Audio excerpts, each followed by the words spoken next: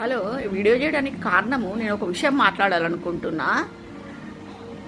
అసలు వీడియోలు చేయాలంటే మంచి మంచి వీడియోలు చేయండి. ఆడవాళ్ళకి అంతంత ఏజ్ పిల్లలు అన్నీ చూపించుకుంటూ ఉంటే లోకం ఏమైపోతుంది? మగవాళ్ళు ఊరుకుంటారా? మీ ఇంట్లో మీ అమ్మ నాయన చెప్తలేరా మంచిగా బట్టలు వేసుకోండి అని? ఎంత గలీజ్ మాటలు తిట్టాలనిపిస్తుంది తెలుసా? అసలు ఆడవారేనా మీరు? కాలేజీ పిల్లలేనా? నిండుగా చుడిదార్లు వేసుకోండి, జీన్స్ వేసుకోండి, టీషర్ట్ మంచిగా వేసుకోండి. ఆ ముందు ఊగి ఎగిరి అవి ఏం లేకుండా డ్యాన్సులు వేస్తుంటే మరి మగవారు ఊరుకుంటారా? ఆడవాళ్ళకి చూడబుద్ధి అయితే లేదు. నాకైతే ఎంత గలీజ్గా అనిపిస్తుందంటే, ఒక పద్ధతి ఉంటుంది ఆడది అంటే. చున్నీలు వేసుకుంటే ఆ బరుద్ద వేయించి తిరుగుతున్నారు. పిచ్చి పిచ్చి వీడియోలు చేస్తున్నారు. ఆ వీడియోలు ఏంది అసలు? జనాలను ఏం చేద్దాం అనుకుంటున్నారు చెప్పండి ఆ వీడియోలు చేసి? మీకేమైనా సిగ్గుశరాలు ఉన్నాయా అసలు? అట్లా వీడియోలు చేస్తుంటే అన్నీ చూపించుకుంటా మీకేం సంతోషం అనిపిస్తుంది? లైకులు పెట్టి యూనిట్లు అవి ఇవి అని. మంచిగా చదువుకొని జాబులు చేసుకోక, మంచిగా ఉండక, మంచి పెళ్ళిళ్ళు చేసుకొని మంచిగా బతకక ఇదేంది అంత గలీజ్గా? 7 చూడు మానభంగాలు, హత్యలు అవి ఇవి.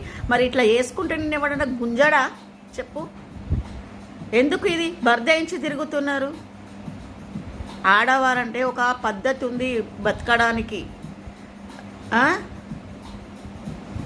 అసలు నాకైతే అసలు చిత్రం అనిపిస్తుంది. కాలం ఏమైపోతుంది? ఇది ఏంది పరిస్థితి? ఇంతేంది ఇంత దిగజారిపోయింది? ఆడవాళ్ళు ఇంత దిగజారిపోయారు డబ్బుల గురించి, ఆ లైక్ల గురించి, ఆ ఫ్యాషన్ ఏంది?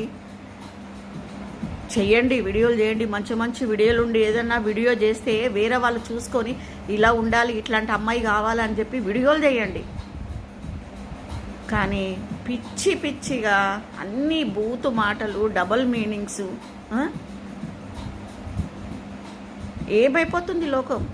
ఇగో ఇట్లా చేయబట్టే లోకం అంతా ఖరాబ్ అయిపోతుంది. మిమ్మల్ని ఇట్లా అందరూ వాతో అట్లా ఇట్లా అని ఇంకా నేను ఏం మాట్లాడదలుచుకోలేదు. నాకైతే ఏం మంచిగా అనిపిస్తలేదు. నేను ఒక ఆడామేని. బయట పోతేనే చున్నీలు, ఇంత పెద్ద ఏజ్ అయినా చున్నీలు వేసుకొని పోతాం. ఎవరికి చేత ఎవరికి చూపించకుండా ఒక ఉంటుంది ఆడవారము అని గౌరవం ఉంటుంది బయట సంఘంలో.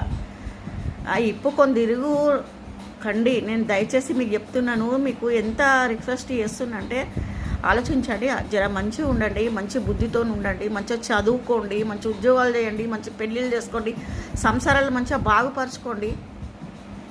కానీ విచ్చలవిడిగా తిరగకండి. ప్రేమ పెళ్ళి అని ఏం కాదు. తల్లిదండ్రులను మెచ్చించుకొని పెళ్ళి చేసుకోండి.